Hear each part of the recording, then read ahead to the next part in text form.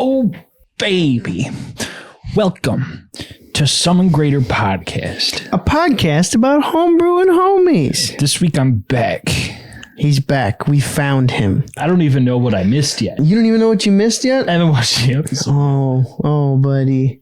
Well, we managed to rescue you from the extra dimensional sphere that you were trapped in. Yeah. We spent a lot of money and had to get a wizard involved, but we figured it out. We found him. I pulled Donja. He's back. He pulled Donja. Don't pull Donja. But at least I'm assuming it's the real you. Well, we'll see. No side effects so far. That's good. Then we'll continue. We'll continue as if it's Sam. Sam's back. And oh boy, are we back. We've got some fun new stuff we have for y'all. A doozy today. It is Skylar's magnum opus. Oh, we're hyping this up real hard. Okay. Yeah. I think it deserves it. I am very proud of it. I'm really excited. We're excited to talk about it, but before we get into it, we've got a little bit of... We've got, in addition to the Summon Greater soundtrack, a couple of them. Oh, yeah. As there are two of us. Yeah. I'm going to introduce a concept this week to Summon Greater soundtrack. We started doing these segments with the idea that you are using the songs in the playlist that's linked in the description to embody specific moments, to play under specific happenings in your campaign, right? But I think two of the most important moments that can happen in every session are the intro and the outro. And so today we're going to show you a song that we think would be good to intro a session with on a specific note under specific circumstances, and to end the session with. Send everyone home. Like a TV episode, because it's super fun and dramatic. Yeah. Do we want to start with our intro? I think we should. So I have the intro song this time. The song that I have chosen for the intro song is an interesting one. I stumbled across it because it was on my Discover Weekly on Spotify. I know nothing about the band. I've never listened to them before, but the song is called Mechanical Angel, and it's by the band Sunday Driver. It is just a beautiful song in general. It's like gorgeous to listen to. Highly recommend you take some time to get into the lyrics, and they're vague enough lyrics that you can kind of interject your own meaning into it, which is exactly what I've done in more ways than one. For me, this song would be an intro song for a session. It's a very role play heavy session for your party. What I'm envisioning, your party is on its way into a new, like maybe slightly smaller city or village or something, but there are key people there. There is a key substance or something that they need, that they are trying to get a hold of, and they need to ally themselves with the people in the village, in the city, whatever you want to make it. And the BBEG got there first. Yikes. And they have started picking and pulling on strings and twisting people's arms, and they have blackmail and exploitation for several key members of the community in this new village or city. It is an entire town full of people that are scared and trying to protect someone or something. They know that the party is coming. They have been told to act like they do not know, and they are trying to hide the fact that the BBEG has a loved one in captivity, or they are withholding drugs from someone who's an addict or something like that. Or the BBEG has promised healing magic to someone who's a loved one is sick or injured or something like that. And that song would play as a teaser into that episode, into that session. I mean, we frequently refer to our sessions as such. That's true. We do. We refer to our episodes. We refer to our campaigns. Oh my gosh, I'm losing it. We refer to our campaigns in terms of seasons, which is one of my favorite things that we do, honestly. I mean, because it's correct that we handle. That's how we handle, story arcs and plot lines. Yeah, I mean, it's like, I always think of it like an anime. Like there are specific arcs, there are specific seasons. Mm-hmm. I think it's awesome. I think it's a really cool way to annotate your campaigns. Mm-hmm. But yeah, Mechanical Angel by Sunday Driver. Highly recommend. It's worth a listen.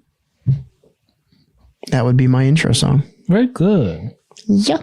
Be sure to listen to that after the episode here. Mine is pretty recognizable. It's I Want to Get Better by Bleachers. I don't know that one. I'm amazed you don't know this one. I feel like I should know this one. I feel like I've heard the "Hey, I Want to Get Better" in like a clip or something, but I've never actually listened to the song. Probably. Yeah. Give it a listen and the lyrics a read. I imagine this as the outro to a session.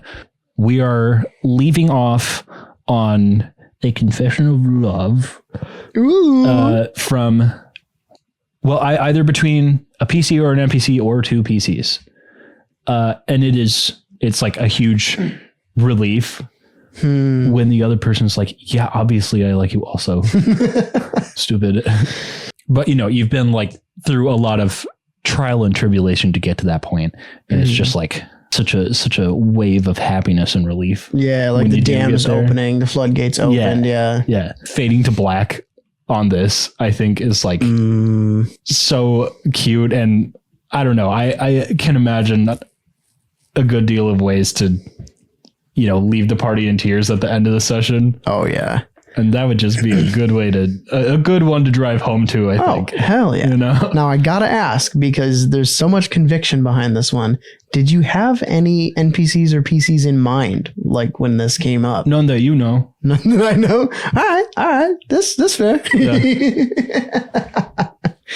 No, that's going to be sick when we find out. If it happens the way I think it might. Hell yeah. So once again, both of those are going to be in Summon Greater Soundtrack. The link to that Spotify playlist is down in the description. I hope a Spotify playlist is the best way to do this. It should be. I'm not going to worry about it for now. We're not big enough to worry about it for now. If it's not, send us your ideas. It's not an issue at all. Everyone's got Spotify. No one uses Apple Music. That piece of shit, piece of garbage. Moving on to the big one. This is it, folks. This is the big one. I have created for you not just a subclass. No. Nay. A class. The whole kit and caboodle. I have been forcing my extremely loving and patient wife to watch Naruto with me. Has it been forcing, or does she like it? It started as forcing. Okay. It was kind of like a, hey, will you watch this anime with me, since I watched Tokyo Mew Mew with you? Did you watch the whole thing? We're not done with it yet. We are going to finish it though. I'm excited. And she was like, yeah, sure. Okay, babe. And we watched like the first couple arcs, and she was like, wow, this guy, this is a lot. He's annoying. This is weird. And I was like, yep. And we got into the last, we are 12 episodes from finishing the original series. So this is not Shippuden, but Naruto itself. We are 12 episodes from finishing it. Canon episodes. Are there a lot of non-canon episodes? There's about 60. That is so many. Right at the very end. Well, they did it to themselves because they put the freaking show on Toonami or Cartoon Network or whatever it was before the Naruto manga had been fully translated and finished and all that crap. That's always how it is. They had to wait for it to get finished, and so they just spewed filler at the end of the series. Yeah, when we got to the final arc, and she was like, is that character okay? Are they gonna die? And I was like, I can't tell you that. We gotta keep watching. She was like, okay, can we watch so we can find out? I was like, yeah, we'll watch another episode. There you go, hooks. But in watching it again and just wanting so badly to be able to use some of the abilities that are in the show, I created the ninja class. Dude, it sucks. I know exactly where to start, but I don't know where to start because I want to talk about all of it all at once. Yeah. It's so much fun. I'm going to start reading before I nerd out so bad that I have a seizure. So this is the ninja class. Hit dice are 1d8. You have 1d8 hit dice per ninja level. Hit points at first level are 8 plus your constitution modifier. At higher levels, you get 1d8 plus your con mod, or you can just go with 5 for the average plus your constitution modifier. You gain proficiency in light and medium armor, as well as all weapons. You get 2 tool proficiencies from either from Thieves' Tools, Disguise Kit, Forgery Kit, or Herbalism Kit. You are proficient in Dex and Wisdom saving throws, and you can choose 3 skills from the list of Acrobatics, Insight, Investigation, Medicine, Nature, Perception, Stealth, and Survival. If that sounds like a lot, it is. And that's because this class is, in my mind, kind of a sister class to Rogue. That's an interesting way to look at it. Yeah. So I wanted them to kind of be skill monkeys, kind of like Rogues are, especially because when you're watching the show, everyone is a ninja. They all have different specialties. Mm-hmm. So it kind of has to be all encompassing to a point. Yeah. Starting equipment. You start with the following equipment. In addition to the equipment granted by your background, you get a longsword or a scimitar, 2 daggers or 10 darts, a burglar's pack, a dungeoneer's pack, or an explorer's pack, and then leather armor or scale mail armor, and 1 tool with which you have proficiency. Now, at level 1, first ability is chakra channeling. Obviously, for my Naruto fans, you know exactly what I'm talking about. I'll go back to the basics. It is the staple of the entire series. Beginning at first level, your connection to the natural energy of the world around you grants you abilities beyond typical warriors. You have an innate ability to channel natural energy, represented by your chakra dice, which are each a d4. You have a number of these dice equal to twice your proficiency bonus, and they enable various chakra powers you can access. Some of your powers expend the chakra die they use, as specified in a power's description. And you cannot use a power if it requires you to use a die when your dice are all expended. You regain all of your expended chakra dice when you finish a long rest. In addition, as a bonus action, you can regain 1 expended chakra die, but you can't do so again until you finish a short or long rest. When you reach certain levels, the size of your chakra dice increases. At 5th level, they go up to a d6, 11th level, they're a d8, and 17th, they're a d10. And then there are a list of chakra abilities that you can use here. One of them is Light Feet. Beginning at 1st level, your natural training in... Oh, never mind. I'm so sorry. The list of chakra powers is further down. This is another level 1 ability, Light Feet. Beginning at 1st level, your natural training in speed and evasion grant you physical bonuses. Your base walking speed increases by 5 feet, and you gain an additional +1 bonus to your armor class. This is, again, reminiscent of another class that's already in D&D, Monk. It's a weird, convoluted marriage of rogue and monk, and it kind of has to be. But I think it's very fun. At 2nd level, you get weapon training. You may choose 1 weapon with which you are proficient, including unarmed strikes. that weapon gains the finesse property for you. That's cool. So I wanted to make sure you did not have to build into strength if you want to use a great sword, if you want to use a great club, I don't know. Be a ninja. You have access to every single weapon. Use it. I should add an addendum in there that you can change that choice.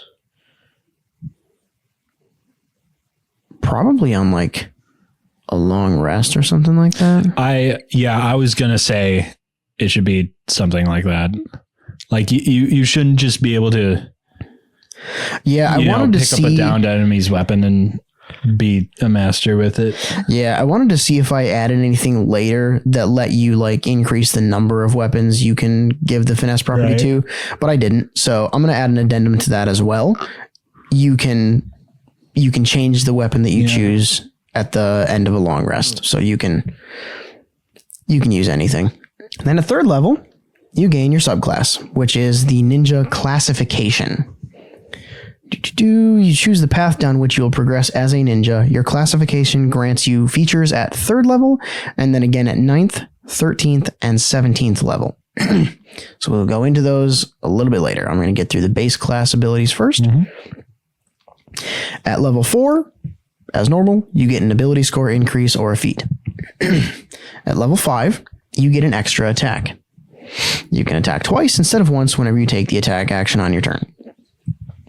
At level 6, you get light feet improvement. Beginning at 6th level, your physical abilities are enhanced even further by your mastery of chakra. Your light feet speed bonus increases to 10 feet. You can now also move freely across liquids, and you may spend 1 chakra die to cast the spell Spider Climb as an action. Also at level 6, you gain the ability Smoke Bomb. Beginning at 6th level, you gain the ability to mask your escape with chakra. As an action, you may cast the spell Fog Cloud.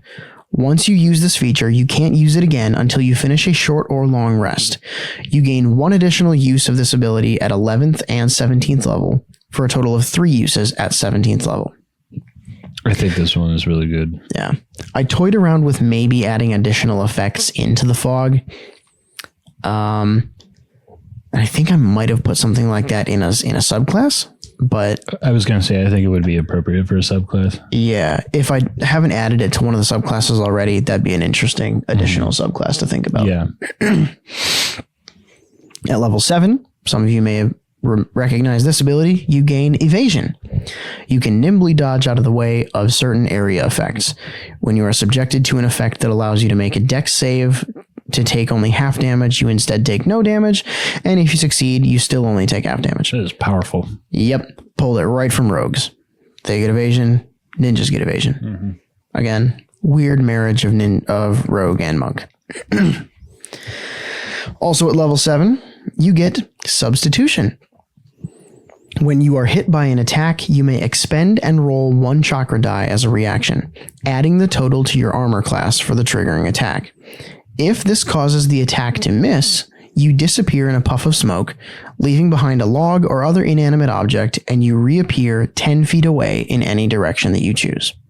That is one of the most constant and popular features of the Naruto anime. You will see that in almost every episode that has combat. Someone's using substitution. They're going to look like they just got absolutely fucking slaughtered, and then it was a tree. It's referenced so much by other properties also. Oh, yeah. It really is. It's extremely popular. At level 8, you get another ability score increase. At level 9, you exclusively get a subclass feature. At level 10, you get another ability score increase. At level 11, you get Persistent Pursuit. Tongue twister for you. You gain advantage on survival checks. Additionally, when you are in combat, when an enemy tries to move away from you, you may use your reaction to move up to your speed to follow one enemy as it tries to flee from you. Once you use this ability, you cannot use it again until you complete a short or long rest. You just are really, really good at making sure people can't get away from you. And that is another something that is seen in the anime just in the chase scenes and people sprinting through treetops. And I thought it would just be a really fun to include. Oh, I did add a smoke bomb thing. Haha, here it is. Also at level 11, you gain smoke bomb improvement. You gain a second use of your smoke bomb ability. In addition to casting fog cloud, when an enemy is within the cloud of fog that is created, they have disadvantage on constitution checks and saving throws, including spellcasters' concentration checks. This is good. This is like the perfect universal debuff to give this. Yeah. I didn't want to make it too strong. I didn't want to make it like a stereotypical like poison, because, you know, you can do that with a lot of other like spells and things. That again would be better used on a subclass also. Yes, I agree. Level 12, another ability score improvement. Level 13, another subclass feature. Level 14, you get enhanced substitution. Your substitution ability grows stronger. When you cause an attack to miss by using this ability, you may immediately expend another chakra die to either make a ranged attack with a dagger or dart against your attacker, adding the amount rolled on your chakra die as force damage to the attack. If it hits. The other option you have, if you don't make an attack, you can also become invisible until the beginning of your next turn. That's an either or thing. For both of them, you have to spend an additional chakra die. And that is, again, kind of a way for you to express yourself and the ninja you want to be, as opposed to kind of being limited to specific uses of things. So, very happy with that one. Level 15, Enhanced Fortitude. You gain proficiency in Constitution saving throws. You're just tougher now. And additionally, at level 15, you have Improved Training. Choose 2 additional skills from your class's skill proficiency list to gain proficiency in. I like this one because another big plot of Naruto is progression. They start as genin, which is like the base level. Your child has graduated from essentially ninja preschool. They are a genin. And then there is the next rank is chunin, which they have to go through a big old exam to take the chunin exams. And you might become a chunin, or they might tell you, nah, this ain't it. Maybe try again next year. After that, there is, I believe the next one's just jonin, which is like an elite ninja. Is Chunin the one that they're all taking at the very beginning of the show? Not the very beginning. It's the first like recognizable arc of the show. So like there's like intro opening, several episodes of kind of getting to know the world, getting to know the people, and then it's the tuning exams. Got it. So yeah. That's as far as I'm familiar with. I was like, I remember him taking an exam. He took a test once. He took a test and he used the sexy jutsu to pace. That It was was very early. pre-tuning exams. Are you for real? That was making fun of the teacher and becoming a genin, basically. Okay. Oh yeah, man. There's so much that happens in Naruto. I'm so excited for you to watch it at some point too. I know you are watching like 75 different animes right now. I have a good one for you. Yeah. Yeah, we'll talk about it later. I bet. So that was level 15. You get 2 additional skills. Level 16, you get another ability score improvement. I tried to keep the ability score improvement timeline as similar to most of the other classes as possible. There's a lot to balance. Yes, this took me a long time. At level 17, you get Smoke Bomb Mastery. You gain a 3rd use of your Smoke Bomb ability. When you are inside the cloud of fog created, you gain blind sight within the area, and you or your allies have advantage on attack rolls when they start their turn within the fog. So it now is not only a debuff for your enemies, it is a buff for your allies. And This yourself. is exactly what I think should be happening when you master the use of your smoke bomb. Yes, absolutely. I've always loved in any show, not just in Naruto, when someone's like, and they like throw the smoke bomb and it's like, oh my gosh, I can't see anything. And they just like fucking tear out of it. And there's like smoke curling up behind them. Yeah, it's good. Level 18 in the class, you gain Perfected Substitution. When you use your substitution ability and successfully cause the attack to miss, you may expend 3 additional chakra dice to either get another movement and action immediately, or you are considered under the effect of greater invisibility until the end of your next turn. Greater invisibility. Big invisibility. Big invisible. Is that a spell? I forget. It is, yeah. Okay.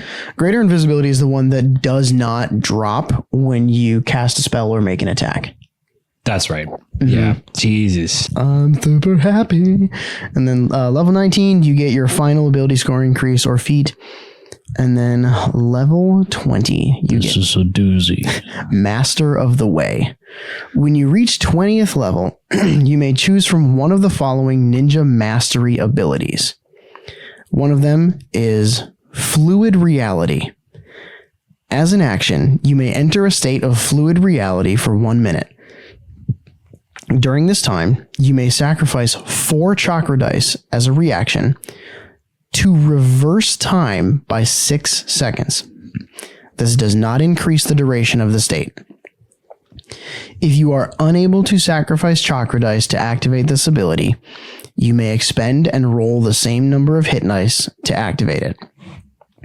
When you activate Fluid Reality this way, you take damage equal to the amount rolled on your hit dice. This heavily based on a very specific character's very specific ability. For those of you who have seen the anime, you know what I'm talking about. For those of you who have not, go fucking watch it. He's pointing at me. Please. I know that this one is kind of rough on the table because of reversing time. I apologize for that. However, I think it's really fucking cool. Because how many chakra dice do you get? Twice your proficiency bonus. Yeah. So at level 20, you'd have 12 chakra dice. So you can't activate this all that often unless you're taking damage in order to do so. But like being able, I wonder if I might change it from reversing time by 6 seconds to maybe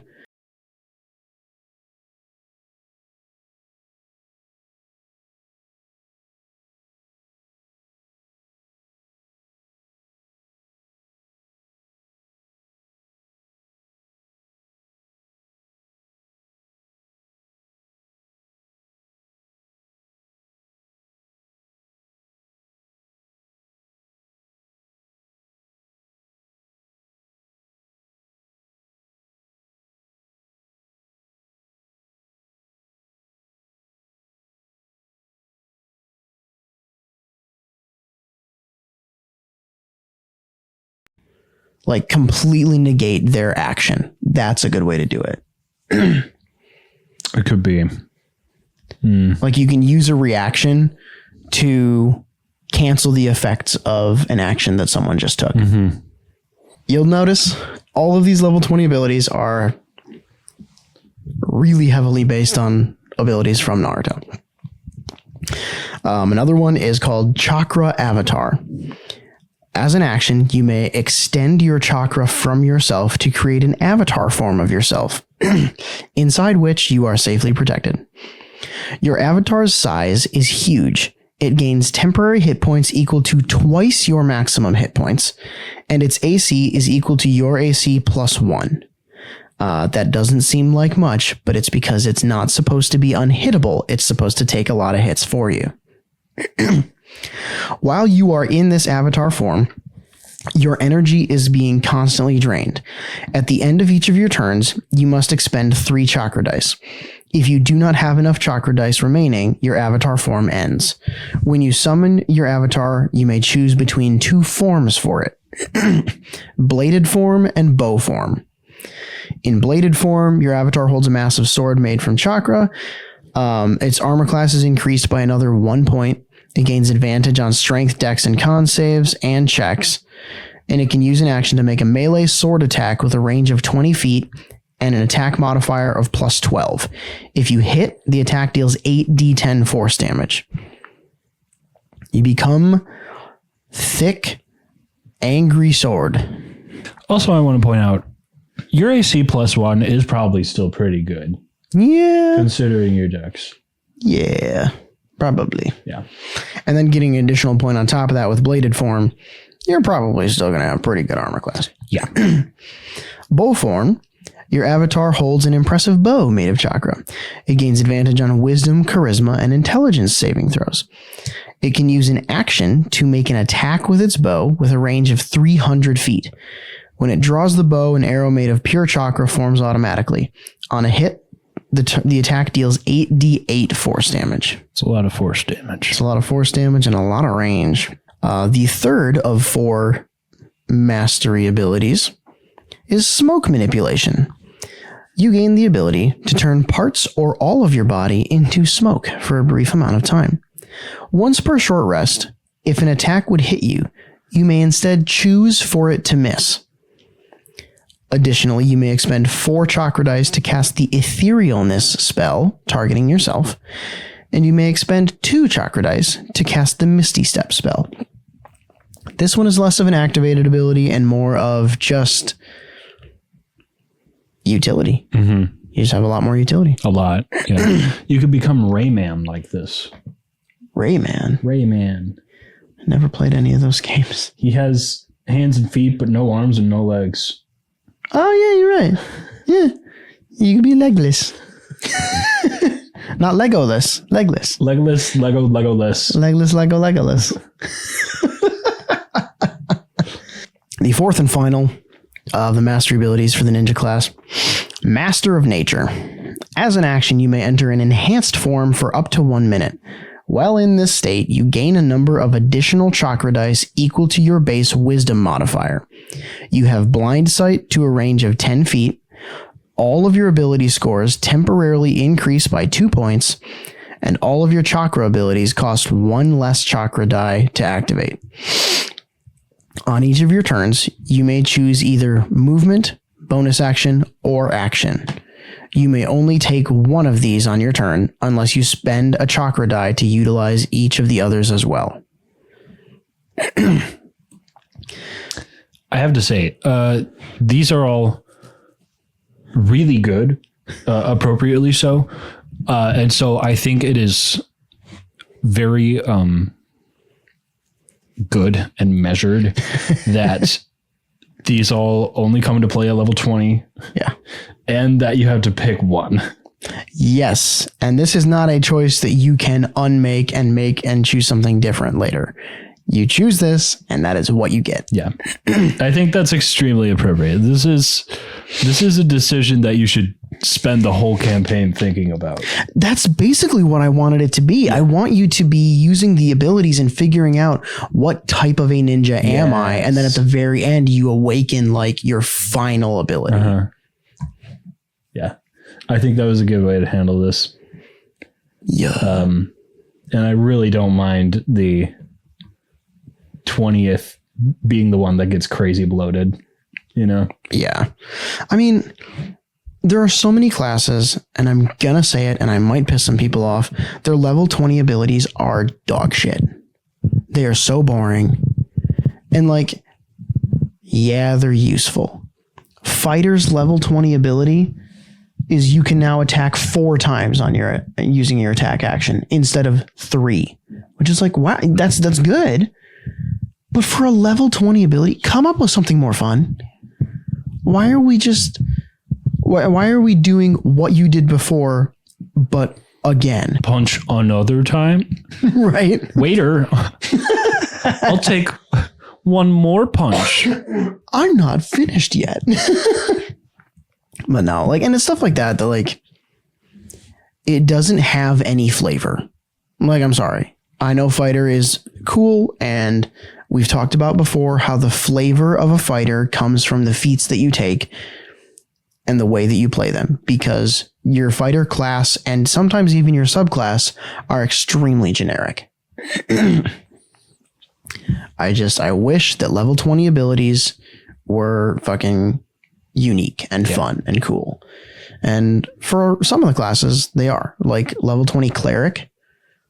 Like, and this is us referencing the 2014 rule set because that's the one we are most familiar with. Of course. The new level 20 abilities are probably a little different. Yeah.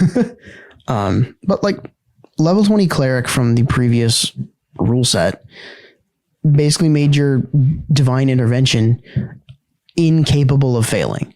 You could ask your deity for something and they would give it to you every 7 days. Like, it's just cool. Like that's flavor that it directly ties into being a cleric. So level 20 abilities need to be more fun. And boy, oh boy, have I got subclasses. What I'm not going to do is go through every single ability of every single subclass. God bless. Because I don't want to be here for another 2 hours. But I am going to tell you what the subclasses are and in general, what they're trying to do. Mm-hmm. I have the Ninja Sage. A Sage Ninja is one who truly seeks to master their connection with the world around them. They have developed the ability to heal using their chakra, as well as draw more chakra from the world around them. Their balance of power helps them master the most tumultuous of abilities in battle. So this is kind of like the paladin of ninjas. You can use chakra dice to cast some interesting healing spells, specifically Wither and Bloom, which I love. I love the spell Wither and Bloom. Yeah, you get access to additional chakra abilities that are exclusive to the Sage, and you can use chakra dice to cast like Lesser Restoration, things like that. It's primarily about healing. However, at level 17, it gets another unique Naruto ability, the Chakra Sphere. Mm-hmm. As an action, you may expend and roll between 6 and 8 chakra dice. It has slightly different effects depending on how many you use. If you spend 6 dice, you create a sphere of chakra energy in your hand. You may make a melee chakra attack against a target, dealing bludgeoning damage equal to the amount rolled. The target must make a con save against your chakra DC or be knocked prone. If you spend 7, create an even larger sphere. Make a melee chakra attack against a target, dealing force damage instead of bludgeoning. The target must make a con save against your chakra DC or be pushed back 10 feet, knocked prone, and have disadvantage on attack rolls until the end of their next turn. If you spend 8, you create a sphere of whirling chakra energy in your hand. You may make a ranged chakra attack with a range of 60 feet against a target, dealing force damage equal to the amount rolled. Target must make a con save against your chakra DC. On a failed save, the target is paralyzed until the end of their next turn. On a successful save, the target is not paralyzed, but is incapacitated. Those two are slightly different. This is the ability everyone was waiting for. Yeah. Yeah, this was the big one. Incapacitated means they just can't take actions or reactions. So they can still move and things. Paralyzed is much worse. But yeah, you also get the ability to use some chakra dice to give yourself resistance to damage from specific triggering attacks. And you get some other really, really cool key abilities. Ninja Swordsman is another subclass. Does exactly what it sounds like it does. A ninja who focuses on their relationship with their weapons is known as a ninja swordsman. They don't have to be swords. You can use clubs, like I said. Often preferring mid-range combat. They possess specialized abilities that allow them to control the tide of battle with their weapons and movement. So the swordsman lets you have 2 additional weapons with which you can use the finesse property. So Ninja Swordsman has 3 active at a time. You can also spend chakra to increase the range of your attacks, your melee attacks specifically. And you can use, you gain the ability to like deflect some incoming blows.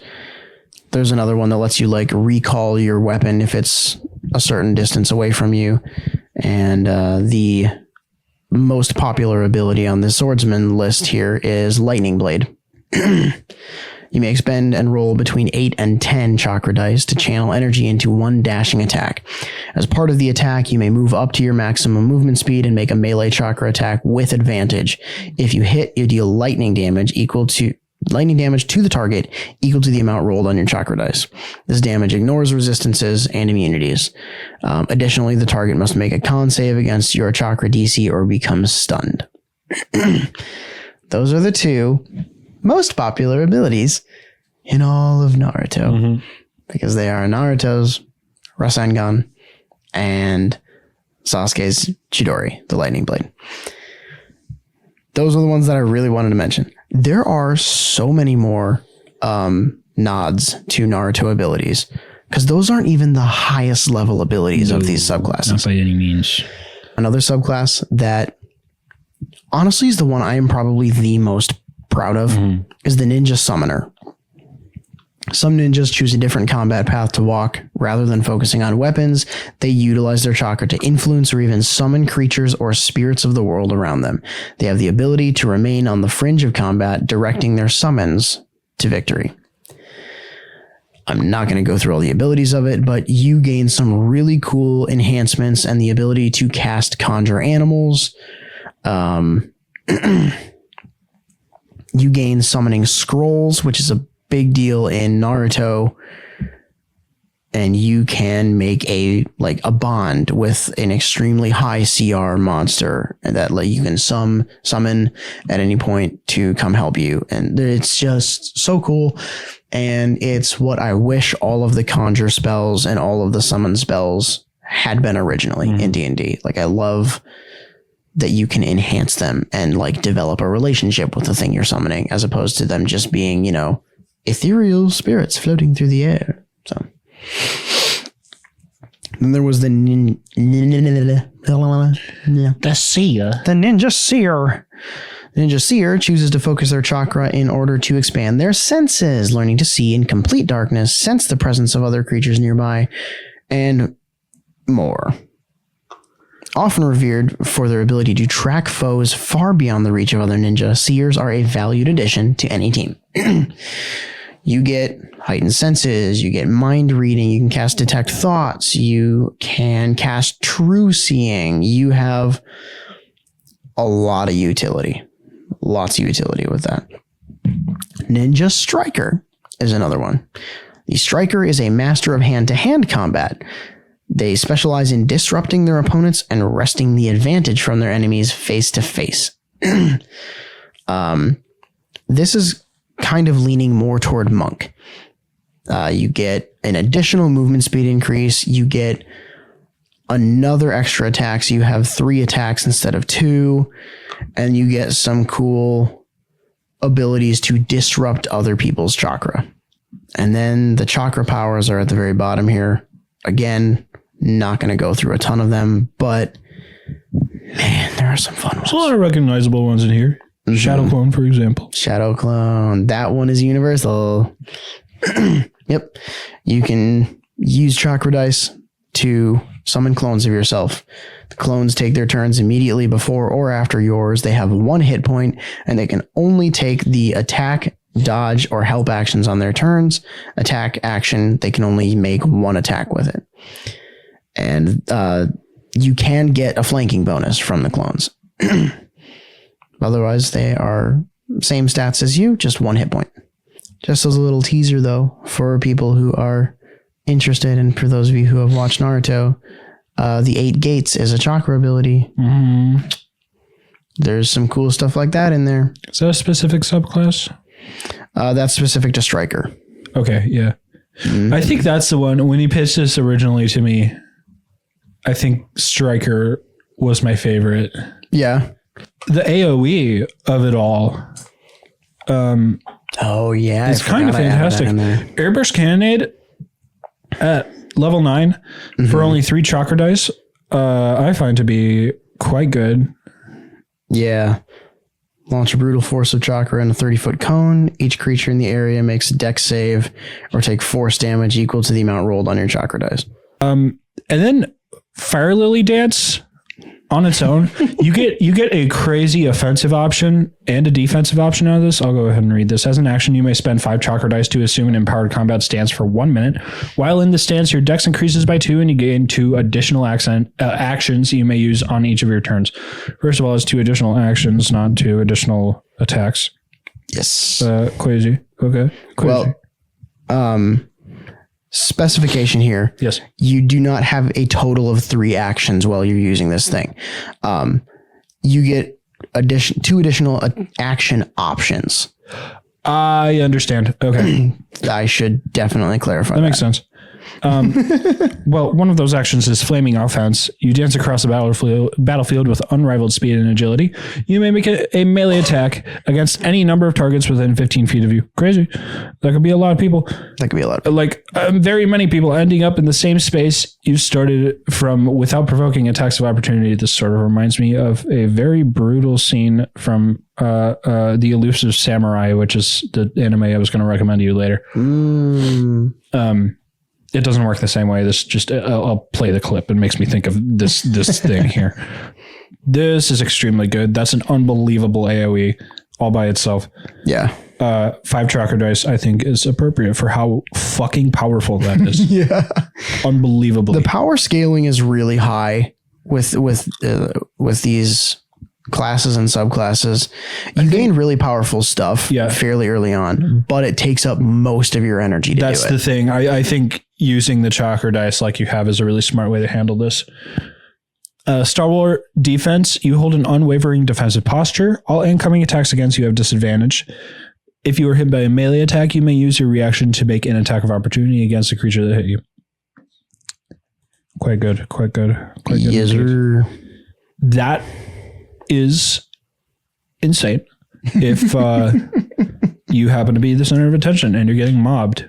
Yeah. Frankly, both of these are great to use in that exact scenario. Mm-hmm. For those of you who have watched Naruto, and for you to keep in mind if you ever do watch it, Sam, this ability specifically is one of my top 3 favorite characters in the entire anime.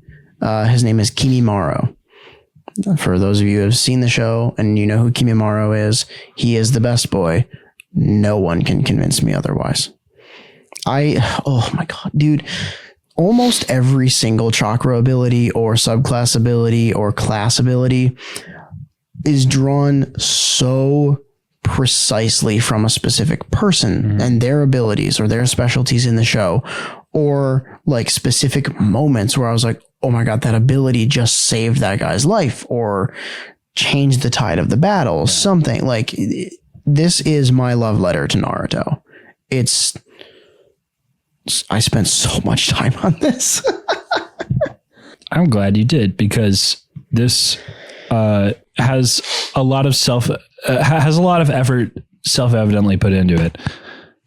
And you really just went above and beyond for, like, I mean, for there one day, just out of the blue, you texted me and you're like, Sam, I'm about to do something totally insane. And then for the next 3 days, you're like, Sam, I'm doing something totally insane. Yep. I remember like, I don't know how to stop myself. I couldn't. I can't stop writing. I remember like sending you snippets and being like, can you come look at the doc really quick? How does this sound? And you just like you sitting there like, wow, that looks really strong. Should we maybe fix that? And I was like, no, that stays. Well, again, I'll play back to the chakra dice system being a brilliant way to handle that. Like it really is, you know, and that's just long rest, right? Chakra dice in general. Yeah. You gain you can use a bonus action to like regain 1 chakra dice in specific situations, which I might throw in like an additional, because that was way back at the beginning of the class. You can use a bonus action to regain 1. I might let you use a bonus action to regain a number equal to like half your proficiency bonus or something. So like higher levels, you can gain 2 or even 3 back. But that would be maximum. I think even that could be a lot. Like I think if you're to really go in on nitpicking how to balance this, you should follow a rule of thumb of how does this class stack up to level 20 of some of the vanilla classes, you know, without the ability to regen chakra. Mm-hmm. And then if you find yourself in a place where it's a little weaker than everything else, I think at that point, that's regen true. might be appropriate to implement. Honestly, just from the outset, I would say it may be appropriate just to have it be rest based, and then have a short rest give you like 4 or something. Yeah, maybe make that a really high level ability as well. Take the regeneration out from the early level and put it in later. I think so. I'm not sure earlier levels should be able to access it at all, so I think that makes sense. Yeah, and it also makes sense from the standpoint of the show itself. Like, there are moments where characters are like, I need to recover my chakra, like whatever. But those are never like rookie characters. Right. They're usually like very, very well trained by that point.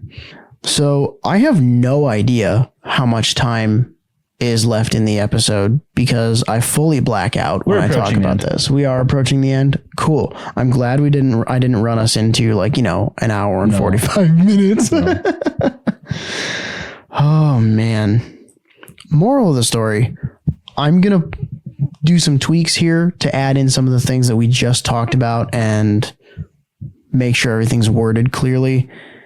And then I'm going to provide Sam with a public copy of this so that you can all take a look at it. It's not going to be formatted perfectly. Please don't hurt me.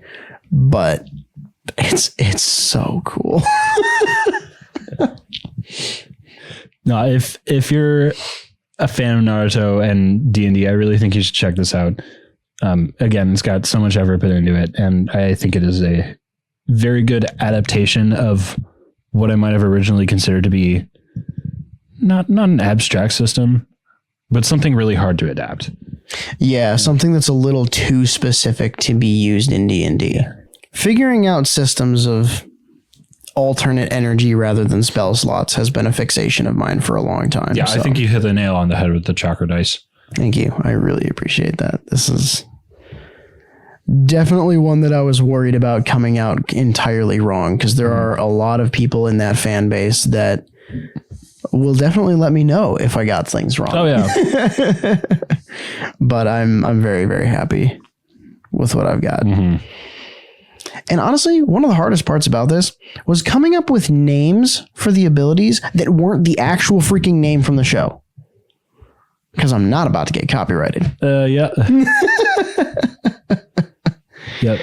I'll say, I think some of the most fun and interesting stuff that we've presented on this podcast have been like these big detailed adaptations. Yeah. Like I think this is one of the coolest things that we've shown. I think the other big one that comes to mind is that Gojo adaptation. Yeah. That the viewer sent us a long time ago. That was sick. Yeah, that guy sent us that one and also those sorcerer subclasses. Yeah. The like demon and devil. He thought long and hard about those. Those were really sick too. Those are great. And then I don't know how popular they are with the viewers, but there are some of my favorite things that we've done. The Pokemon adaptations. Oh, dude, yeah. Fuck. We have so much on the docket, dude. I know. Well, there's so many more Pokemon we could do. There's so much. There's so many things. I really do want to revisit that sometime. The Pokemon stuff, yeah. Yeah, just make another one. Oh yeah, absolutely. We're gathering enough of these that like, we should think about compiling them into something, Yeah, we can put them in like a little mini doc kind of a thing and just Pokemon subclasses. Yeah. What I was saying about the big adaptations that we've come up with and that have been submitted to us, we would love to hear those from you. Yes. In summongreaterpod@gmail.com and at summongreater on Twitter. That's how you can reach us, or on any of our social medias linked in the descriptions. Absolutely. Or even if you have something that you really think it would be awesome to hear us do an adaptation about or talk about. Yes. I would love to hear any ideas like that. Mm-hmm. Someone, you know, I think someone suggested Luffy from One Piece a while ago. The problem is neither of us have ever watched One Piece. I'm trying to. I've watched a little bit. I know One Piece is the way to go. Yeah. From several people recommending that. I watched what was available on the Netflix live action. Yeah. And I've watched some of the anime. Okay. We might be able to give this a shot. Maybe Luffy. It'll take time to research. We got to get with our R&D department. It's me. I'm R&D. Welcome to Summon Greater Podcast. I'm research. He's development. Hey, send us music also for Summon Greater soundtrack. We're always excited to talk about that. It is that's such a fun segment to do. I'm glad we came up with that. Yes, we don't want to be adding just our music. We want to be able to add some of your guys's too. So recommendations would be cool. Hey, thanks so much for watching to the end. Yeah. We'll be back. If you're still here, hit that like button. Let us know. Good night. Bye.